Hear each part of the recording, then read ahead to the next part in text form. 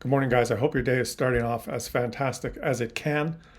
Could this be the first big blunder of the election in Canada? The election just started, and the first news item is, well, let's just get into it here. I'm here on the poll tracker website that tracks the popular vote for the whole country. And if you watched my video just recently, I did an extensive analysis on the trends of the polls and the strategies that the different parties should have in this election. And I won't go through all the details, but just as a background, the key point here is that there were some long-term trends. The Conservatives on top here trending up for a number of years, and the Liberals in red here trending down for a number of years. It looked like a for sure Conservative victory. But right here at this point, January 6th, there was an abrupt change. And long story short, this is attributed to Donald Trump's rhetoric, the imposition of tariffs on Canada, and the talk of annexing Canada and making it a 51st state. For whatever reason, voters reacted in this way, and that is to surge the Liberals straight up and the Conservatives straight down, and the NDP in orange here straight down. So, and this is a high amplitude effect. This is an effect that hit and resonated with a large portion of the voting population. If you took a sample of 1,000 Canadians and you asked them, how many of you have heard the threats from Donald Trump to annex Canada and make it a 51st state, you'd probably have 990 that would say, yes, I've heard about that. And the 10 that haven't heard about it don't vote. Okay. And it was so it's a message that's been absorbed by a large portion of the voting base, as opposed to smaller items that were in the news cycle over the past 2 years that affected the polls slowly because they were absorbed more slowly by the voting base. Any given news item over the past 3 years, if you asked 1,000 Canadians, have you heard the latest news item? You wouldn't have 990 of them saying, yes, I've heard that. You might have 50 of them that said, yeah, I've heard about that one. So over time, these trends shaped up, but very abruptly they have shifted. So my point on the video that I just made was how the parties have to react to this and what their strategy should be in this election. And the basic strategy is to avoid at all costs any association with Donald Trump or the US administration. So let's go to what the blunder is on the first day. So here's Danielle Smith, the Conservative Premier of Alberta. She's a provincial premier. She is not running in the federal election. But she likes to go on talk shows, and she likes to talk a lot. And she was recently on a show, the Brett Bart Show in Washington. I don't know anything about this show, but the controversy is from some comments that she made on the show that are summarized here in the article. She says, the longer this tariff dispute goes on, politicians posture, and it seems to be benefiting the Liberals right now, she said. So I would hope that we could put things on pause, is what I've told the administration officials. Let's just put things on pause until we get through the election. So if you absorb that, she's in the US on US talk shows talking about how these tariffs and the US administration is benefiting the Liberals. She's obviously seen the polls. And she would hope that the administration would pause until the election's over. Many people are calling this election interference. Now, this is just an article. Let's actually listen to what she said. We'll hear word for word what she said so that we don't just cherry pick a few things, okay? So let's play the actual audio of the show and listen for ourselves. Pierre Poilievre is the name of the Conservative Party leader, and he was miles ahead of Justin Trudeau. But because of the what we see as unjust and unfair tariffs, it's actually caused an increase in the support for the Liberals.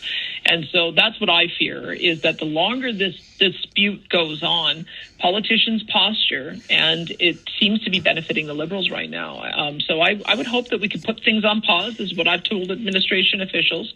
Let's just put things on pause so we can get through an election. So she's on US podcast, I guess is what this is. People are calling this election interference. She's talking to the US administration and asking them to put US policy on pause until after the election because their policy is helping the Liberals. This is very controversial, okay? But let's go on here. Let's have the best person at the table make the argument for how they would deal with it, and I think that's Pierre Poilievre. And I do agree with you that if we do have Pierre as our prime minister, then I think that there's a number of things that we could do together. Pierre believes in development. He believes in low cost energy. He believes that we need to have low taxes. You see, this is what she does. She's campaigning. She's talking. She likes to discuss things with people. Let's just continue, because this is the blunder that could backfire here. Doesn't believe in any of the woke stuff that we've seen taking over our politics for the last 5 years. So I would think that there's probably still always going to be areas that are skirmishes or disputes about particular industries. This is the key. When it comes to the border, but I would say on balance, the perspective that Pierre would bring would be very much in sync with, I think, where the new direction in America. I would think that the perspective that Pierre would bring would be very much in sync with the direction in America. This is completely opposite to the strategy that the Conservative National Party is using, trying to distance themselves from anything American. Donald Trump administration, they want nothing to do with it. In fact, when asked, Pierre Poilievre, the Conservative leader, tried to flip that around and said, no. Trump would much rather have liberals in power than me. He doesn't like me. He's trying to walk that comment back that Danielle Smith made. And it's just a matter of looking at the polls here, looking at the trend. It is a fact that the issue of Donald Trump imposing tariffs and threatening Canadian sovereignty has resulted in a surge in Liberal support. So any talk of similarities between the Canadian Conservative Party and the U.S. administration is just death in this election. Now, you may ask yourself, well, why would she do this? Why would she be on a talk show and do this? So this happened a couple of weeks ago, and the story didn't get very much attention until, of course, the election started now. And so now that there's an election going on, things are going to get amplified and shared on media, right? So this was zeroed in as, look, she is a conservative, and she is admitting that this issue between Canada and the U.S. is helping the Liberals. And her solution is asking Donald Trump to pause the tariffs until after the election is over. Why would she say this, right? It's just because you've got to remember, she's not running in the national election. She's already been elected. She's not campaigning. She just likes to talk. And I'm going to try and explain it a little bit here based on the polls. This is the popular vote based on polling for the national election in Alberta. And you can see the Conservatives are tracking along way ahead here of the Liberals that were tracking third, until again we get to January 6th, and this issue has resulted in the Liberals increasing a little bit in Alberta, but not quite as much. So for someone like Danielle Smith, she's saying, oh, well, yeah, obviously this issue is helping the Liberals. Look, they're kind of moving up a little bit, but we Conservatives are still doing well. And I think in her brain, she's still an Albertan premier. But you got to understand now that there's a national election going on, and her comments, although she's just speaking as the Premier of Alberta, are not going to resonate in this way in different provinces. And especially, let's just go to the two main provinces that are critical in this election. Ontario, look at the reaction to this issue in Ontario. Let's go to January 6th. What happened after January 6th? The Liberals went straight up, and they're actually ahead of the Conservatives. And in Quebec, this is huge. Starting January 6th, you look at the polling in Quebec. Let's go to January 6th here. So we've got the same starting point. The Liberals went from 20%, 20.9%, and in third place in Quebec, January 6th. And because of this issue, they have surged to first place with 35%. So this is a toxic issue for the Conservatives. And Premier Danielle Smith from Alberta is out talking to people and I guess implementing the opposite of the strategy that Pierre Poilievre is trying to implement.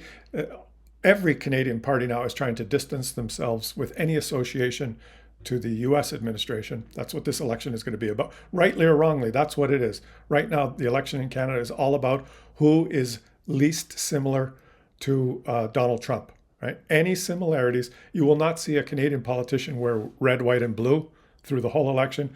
You will not hear any politician talk about Donald Trump unless they're referring to their adversaries and accusing them of being like him. It's this is politics, right? And I don't know what Danielle Smith, her strategy was, but of course this is in the news cycle now.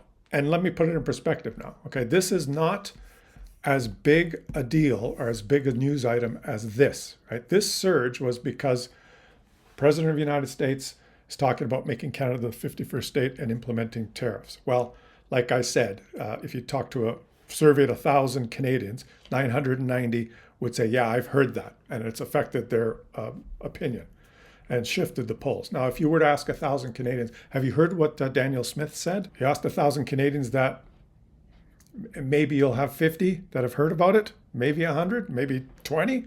You don't. So it's going to be a small amplitude effect right now. It's not going to cause the polls to jump another 20 points for the Liberals. That's not how statistics work. Okay, I'm trying to give you some analysis here of my understanding of how statistics and public opinion works. I got a pretty good understanding of that. So I'm not here to promote any ideology, or I'm just trying to give you some information and some strategy thinking about this, right? So the amplitude of this blunder, and it is a blunder by Danielle Smith, is not going to be as high as this. But remember, this is an election campaign now, right?